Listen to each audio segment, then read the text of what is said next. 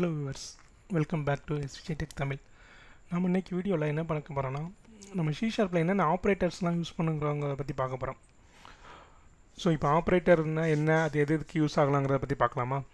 So maximum என்ன பண்ணுவாங்கன்னா ஒரு 4 ஆபரேட்டர் இருக்கு. அந்த 4 ஆபரேட்டர் தான் அடிக்கடி நம்ம யூஸ் பண்ணுவோம். சோ அது என்னலாம் பாத்தீங்கன்னா Arithmetic Operator, அடுத்து Relational Operator, அடுத்து Logical Operator, அடுத்து என்னதுன்னா Assignment Operator. ஸோ இந்த 4 தான் மேக்ஸிமம் யூஸ் பண்ணுவோம். இது போக இன்னும் கொஞ்சம் சம் ஆஃப் த ஆப்ரேட்டர்ஸ் இருக்குது. ஸோ அதெல்லாம் நம்ம என்ன அந்தளவு யூஸ் பண்ண மாட்டோம். இந்த 4 நம்ம என்ன பண்ணுவோம்னா மேக்ஸிமம் ஆஃப் நம்ம எல்லா ப்ரோக்ராம்லேயும் என்னது இதை யூஸ் பண்ணுவோம். ஸோ அரித்தமெட்டிக் ஆப்ரேட்டர்னால் ஒன்றுமே கிடையாது. என்னென்னா நீங்கள் நார்மலாக யூஸ் பண்ணுவீங்களா சம்மு. ஸோ அந்த சம்முக்கு நம்ம யூஸ் பண்ணுறது தான் அரித்தமெட்டிக் ஆப்ரேட்டர். ஸோ இப்போ என்ன ஆகும்னா ப்ளஸ் யூஸ் பண்ண இந்த ரெண்டையும் ஆட் பண்ணக்கு ப்ளஸ் யூஸ் பண்ணுவோம், செப்பரேட்டுக்கு மைனஸ் யூஸ் பண்ணுவோம், மல்டிப்ளை பண்ணோன்னா மல்டிப்ளை சிம்பிள் யூஸ் பண்ணுறோம், அது மாதிரி டிவைடு. ஸோ இது டிவைடுனா இந்த ஒரு இதை டிவைட் பண்ணி ஸோ அதோட வேல்யூ கொடுக்கும். ஸோ இப்போ என்னது நான் 5/3ன்னு வச்சுக்கிங்க. இதை டிவைட் பண்ணிட்டு இதில் இதோட எத்தனை 1ன்னு கொடுக்குறோம். மிச்சம் வர நம்பரை வந்து கொடுக்காது. ஸோ இதை டிவைட் பண்ணி அந்த 1ங்கிற வேல்யூ மட்டும் தான் கொடுக்கும். ஸோ அதே இது என்ன பண்ணிங்கன்னா பெர்சன்டேஜ் போட்டிங்கன்னா அது என்ன ஆகும்னா டிவைட் பண்ணிவிட்டு உங்களுக்கு மிச்சம் என்ன வருதோ ரிமைண்டர் வரும்ல அதை மட்டும் தான் கொடுக்கும். மிச்சம் ரிமைண்டர் இருந்தது 5 3 டிவைட் பண்ணிங்கன்னா உங்களுக்கு மிச்சம் என்ன வரும், 2 வரும். அந்த 2 மட்டும் கொடுக்கும். ஸோ அதே மாதிரி வேறு என்ன ஆப்ரேட்டர் இருக்குன்னு பார்த்தீங்கன்னா ++.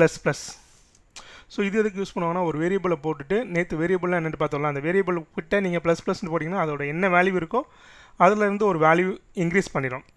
ஸோ அதே மாதிரி வேறு என்ன யூஸ் பண்ணுவாங்கன்னா மைனஸ். இது என்ன ஆகும்னா நீங்கள் இது வந்து தனியாக யூஸ் பண்ண மாட்டீங்க. ஏதாவது ஒரு வேரியபிள் பக்கத்தில் யூஸ் பண்ணுவீங்களா. இப்போ நான் வந்து ஏன்ற ஒரு வேரியபிள் வச்சுருக்கேன். ஏல வந்து ஆல்ரெடி வந்து நான் 5 இருக்குன்னா A++ன்னு போட்டிங்கன்னா என்ன ஆகும், அந்த 5 வந்து 6ஆக மாறிடும். அதே இது இப்போ A -ன்னு போட்டிங்கன்னா ஏல ஆல்ரெடி 6 இருக்குன்னா அது வந்து 5ஆக மாறிடும். ஸோ இதுதான் எனது அரித்தமெட்டிக் ஆப்ரேட்டர். ஸோ இது நீங்கள் நார்மலாக எல்லா இதுலேயுமே யூஸ் பண்ணியிருப்பீங்க. ஸோ இந்த மாதிரி C# இந்த அரித்தமெட்டிக் ஆப்ரேட்டர் என்ன பண்ணுவீங்கன்னா நீங்கள் யூஸ் பண்ணுவீங்க. அடுத்து ரிலேஷனல் ஆப்ரேட்டர். ரிலேஷனல் ஆப்ரேட்டர்னால் எங்கேயாவது ஒரு கண்டிஷன் செக் பண்ணணும்னு வச்சுங்க. 2 ரிலேஷன்னா என்னது, ஒரு 2 இதுக்குள்ளே உள்ள ரிலேஷன். இப்போ 2 நம்பர் இருக்குது AB, அந்த 2க்கும் என்ன 2க்குள்ளே ரிலேஷனை செக் பண்ண போகிறீங்க. ஸோ 2மே ஈக்குவலாக இருக்கா அல்லது ஒரு நம்பரை விட இன்னொரு நம்பர் பெருசாக இருக்குதா. ஸோ இது மாதிரி செக் பண்ண தான் இந்த ரிலேஷனல் ஆப்ரேட்டர் யூஸ் பண்ணுவோம். இப்போ என்ன பண்ணிக்கலாம்னா A = B அப்படின்னா என்னது ஏவும் பியும் ஈக்குவலான்னு செக் பண்ணுவோம். ஸோ இதுதான் இந்த ரிலேஷனல் ஆப்ரேட்டர். ஸோ அதே மாதிரி என்ன பண்ணிக்கலாம்னா ஏ வந்து பியை விட பெருசாக இருக்கா, இந்த கிரேட்டர் சிம்பிள், இது ஒரு ரிலேஷனல் ஆப்ரேட்டர் தான். அதே மாதிரி ஏ வந்து பியை விட சிறுசாக இருக்கா அப்படின்னு பார்த்துக்கலாம். இல்லைனா ஏ வந்து கிரேட்டர் தான் ஈக்குவல் டு பியான்னு பார்த்துக்கலாம். அல்லது என்ன பண்ணிக்கலாம் ஏ <= டு பியான்னு பார்த்துக்கலாம். ஸோ இது எதுக்கு யூஸ் ஆகுதுன்னா 2 நம்பரை நீங்கள் செக் பண்ணுறீங்க. ஸோ அப்போ அதுக்கு இந்த ரிலேஷனல் ஆப்ரேட்டர் யூஸ் பண்ணுறேன். ரிலேஷன்னாலே எனக்கு கண்டிப்பாக 2 வேல்யூ வரும். ஸோ 2 இதை செக் பண்ணதுக்கு தான் ரிலேஷனல் ஆப்ரேட்டர் நீங்கள் யூஸ் பண்ணுறீங்க. ஸோ அடுத்தது என்ன பார்த்தீங்கன்னா logical operator. So logical operator எதுக்குன்னா இப்போ 2 கண்டிஷன் போடணும். ஸோ எனக்கு வந்து இப்போ நீங்கள் இதில் என்ன பண்ணிங்கன்னா ஒரே ஒரு A B ரெண்டையும் செக் பண்ணுறீங்க. ஸோ இதே மாதிரி எனக்கு இது A வந்து B கூடயும் செக் பண்ணணும், C கூடயும் செக் பண்ணணும். ஸோ இப்போ என்ன பண்ணுறேன்னு வச்சுங்க, A > B கேட்குறோம்.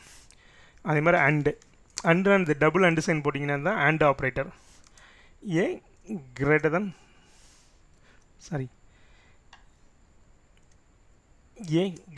C கேட்குறோம். ஸோ இதில் என்ன ஆகுனா இந்த கண்டிஷனையும் செக் பண்ணும், இந்த கண்டிஷனையும் செக் பண்ணும். இந்த 2 கண்டிஷனுமே கரெக்டாக இருந்துச்சுன்னா ட்ரூன்னு ரிட்டர்ன் பண்ணும், இல்லைனா ஃபால்ஸ்ன்னு ரிட்டர்ன் பண்ணும். இது வந்து அண்டு ஆப்ரேட்டர். அதே மாதிரி வேறு என்ன லாஜிக்கல் ஆப்ரேட்டர் இருக்குன்னு பார்த்தீங்கன்னா ஆர். ஸோ 2 பைப் சிம்பிள் போட்டிங்கன்னா அதுதான் இந்த ஆர் ஆப்ரேட்டரு. அதுக்கப்புறம் இதுலேயே வேறு என்ன யூஸ் பண்ணுவாங்கன்னா நாட் யூஸ் பண்ணுவாங்க.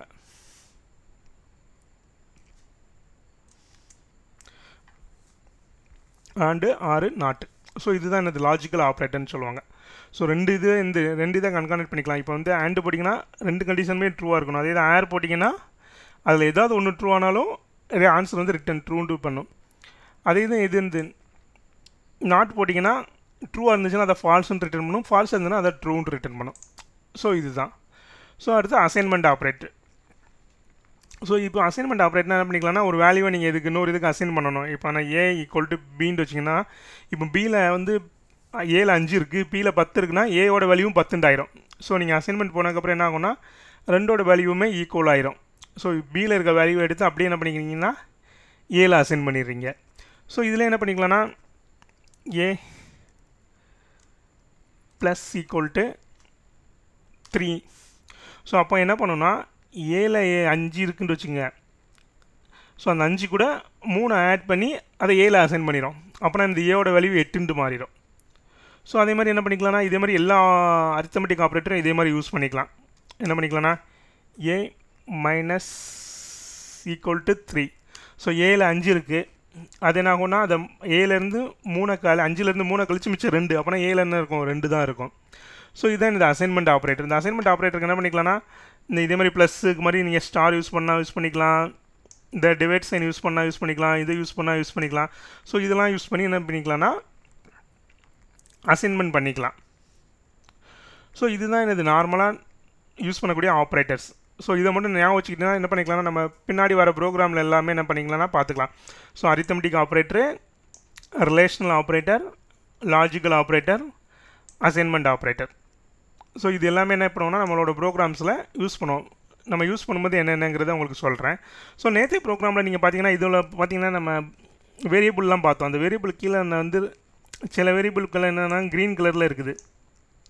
ஸோ அப்போ என்ன அர்த்தம்னா நம்ம வந்து இந்த வேரியபிளுக்கு வந்து வேல்யூ அசைன் பண்ணியிருக்கிறோம், பட் நம்மளோட ப்ரோக்ராமில் அதை எங்கேயுமே யூஸ் பண்ணலை. ஸோ அதை நமக்கு தெரியணுங்கிறதுக்காக இந்த க்ரீன் கலர் லைன் இருக்குது.